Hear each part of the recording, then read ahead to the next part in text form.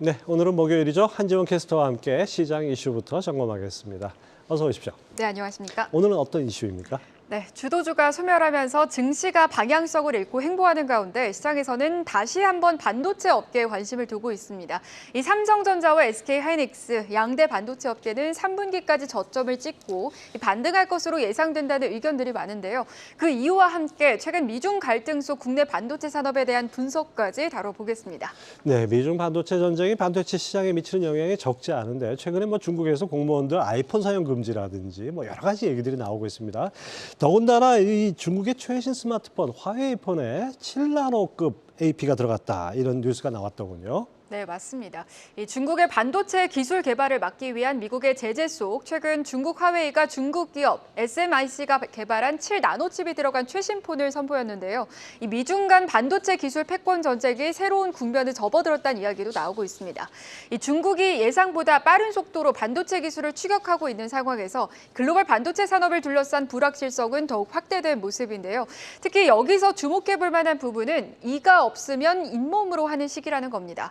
이 7나노 반도체를 개발하기 위해서는 EUV 노광 장비가 필요한데 이 제재로 인해 EUV 이전 단계 제품인 심자외선 DUV 노광 장비를 활용했을 가능성이 높다고 업계는 추측하고 있습니다.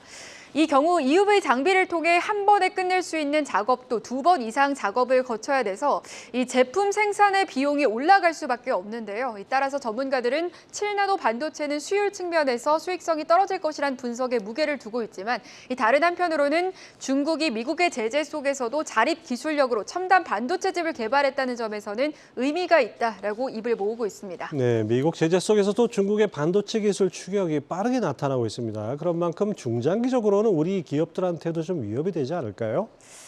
일각에서는 그런 우려 섞인 목소리도 나오긴 하지만요. 이 세계 언론과 기술 관련 전문지 의견에 따르면 현재 중국에서 양산을 현실화한 7나노 공정 로직 반도체는 이 반도체 장비 최신 규제를 회피할 수 있는 수준에서 최선이라고 합니다. 현재 가장 진일보한 기술, 즉 4나노 이하와 격차를 갖고 있고 이 생산 수율 정보들도 알려져 있지 않기 때문인데요. 반도체 최신 기술에서 디자인보다 생산 난이도가 더 높다는 점을 고려했을 때 실제 경쟁력을 예단하기는 어렵습니다. 이 화면을 자세하게 살펴보시면요.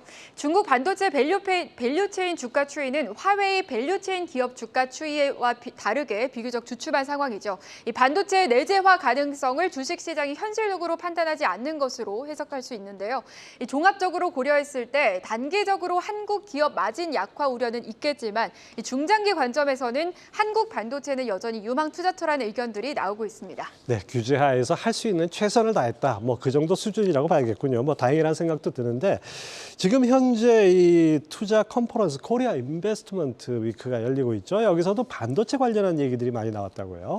네, 맞습니다. 코리아 인베스트먼트 위크 2023 셋째 날인 어제였죠. 13일에 강단에 선 국내 투자 고수들은 국내 증시를 대체로 낙관적으로 내다봤습니다. 이런 가운데 기준금리 인하 타이밍이 다가온다. 성장주, 반도체에 주목하라라는 이야기도 함께 전했습니다. 특히 최광욱 더제이 자산운용 대표는 성장주를 매력적인 투자처로 꼽았는데요. 이 메모리 반도체보다 비메모리, 스마트폰보다 스마트카가 유망하다고도 소개했습니다. 또 네이버나 LG전자, 삼성전기 등을 앞으로도 성장할 수 있는 종목으로 꼽았는데요. 이 김태홍 그로스힐 자산운용 대표는 인공지능 기술에 힘입어 패러다임이 바뀌고 있다며 이런 흐름에 올라탈 수 있는 반도체 후공정주를 주목해야 한다고도 말하기도 했습니다. 그런 만큼 반도체주들의 하반기 본격적인 반등을 기대해봐도 좋지 않을까 하는 기대감 역시 커지고 있습니다. 네, 그런데 주로 이제 모바일이나 PC에 들어가는 그 낸드가 업황 회복이 좀 지연돼서 전체적으로 좀 업황 회복을 끌어내리는 이런 양상이 있다 이런 얘기 있었는데 낸드 추가 감산 얘기도 나오죠. 네, 맞습니다. 먼저 D램 가격부터 낸드 플래시부터 살펴보시면요. 반도체 불황의 여파가 가장 큰 낸드 플래시 가격이 메모리 반도체 업계 감산 확대 노력으로 연내 반등세로 돌아설 수 있다는 전망이 나왔습니다. 이 업계에서는 삼성전자가 업황 조기 회복을 위해 낸드 감산 규모를 35%까지 확대할 것이라는 관측이 나오고 있는데요. 이 반도체 업계와 시장 조사 업체 트렌드포스에 따르면 하락세 추세를 이어가는 낸드 거래 가격이 오는 4, 4분기 상승 전환할 수 있다는 분석이 제기가 됐습니다. 구체적으로 올해 1, 4분기와 2, 4분기 각각 10에서 15% 하락한 낸드 가격은 3, 4분기에는 5에서 10%로 하락폭이 둔화된 뒤 4, 4분기에는 0에서 5% 정도 올라설 것으로 전망되고 있습니다. 트렌드포스는 삼성전자가 2, 4분기 감산을 선언한 이후 낸드 생산량을 25%가량 줄였고 오는 4, 4분기까지 감산량이 35%까지 늘어날 것이라고 예상을 했고요. SK하이닉스는 2, 4분기 실적 발표 이후 진행된 컨퍼런스 콜에서 낸드 재고 수준이 D램보다 높고 수익성이 나쁘다며 5에서 10% 추가 감산할 것이라고 밝힌 바 있습니다. 네, 당초 3분기 회복 기대가 이제 4분기로 미뤄지긴 했지만 어쨌든 간에 4분기는 좀 나아질 것이라는 전망이 나오죠. 이 관련해서 메모리 D램 가격을 인상할 것이다라는 것이 한국경제신문 단독 보도로 나왔죠. 네, 맞습니다. 앞서 낸드에서 모바일 D램 가격 상승도 지금 기대해 볼 수 있겠는데요. 말씀해 주신 대로 저희 한국경제에서 단독 보도를 한 바 있습니다. 삼성전자가 최근 대형 스마트폰 고객사에 공급하는 메모리 반도체 가격을 10에서 20% 정도 인상한 것으로 조사가 됐습니다. 이 D램 시장에서는 LPDDR5X 등 스마트폰용 최신 제품을 중심으로 가격 상승세가 확인되고 있는데요. 메모리 반도체 감산으로 공급량이 줄어든 상황에서 이 재고가 감소한 스마트폰 업체들이 가격 인상 요구를 받아들인 것으로 분석되고 있습니다.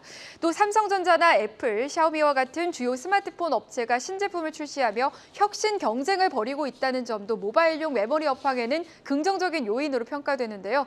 스마트폰 성능을 높이기 위해서는 더 많은 양의 메모리 반도체가 필요하기 때문입니다. 업계에서는 스마트폰에 적용되는 D램 용량이 매년 5% 이상씩 증가하는 것으로 보고 있습니다. 또 지난 11일에는 코리아 인베스트먼트 위크 2023 강연에서 이 황상준 삼성전자 메모리 사업부 D램 개발실장이 이 메모리 반도체 시장의 수요와 공급은 3분기에 균형을 잡아가고 있다며 4분기부터는 메모리 공급사 입장에서 수요가 많이 생기고 내년에는 기본적으로 수요 우위 시장으로 갈 것이라고도 말하기도 했습니다. 네, 그렇다면 이제 국민주를 꼽히는 삼성전자 앞으로 전망이 어떤지 증권가 의견 좀 들어보고 싶습니다. 네, 대체로 긍정적입니다. 금융정보업체 FN가이드에 따르면 국내 증권사들의 삼성전자 목표 주가 컨센서스는 91,364원이라고 하는데요. 먼저 KB증권은 삼성전자가 D램과 낸드 플래시 등 주요 메모리 반도체 가격의 상승 등으로 올해 4분기 주가 상승 사이클에 진입할 것이라고 내다봤습니다. 기존 투자 의견 매수와 목표 주가 95,000원을 유지를 했고요. 그 다음으로는 IBK투자증권입니다. 3분기부터 큰 폭의 영업이익 개선이 가능한 데다 HBM 비중이 3분기부터 커지고 HBM3 시장 진입 가능성이 높아서 실적 개선 모멘텀이 커지면서 매수 의견을 유지한다며 목표 주가 9만 원을 제시한 바 있습니다. 7만 전자에는 어느 정도 안착을 한 모습인데 이제는 9만 전자가 신기루가 아닌 현실이 되기를 바라보겠습니다. 적어도 500만 명이 기다리고 있습니다. 한지원 캐스터 잘 들었습니다.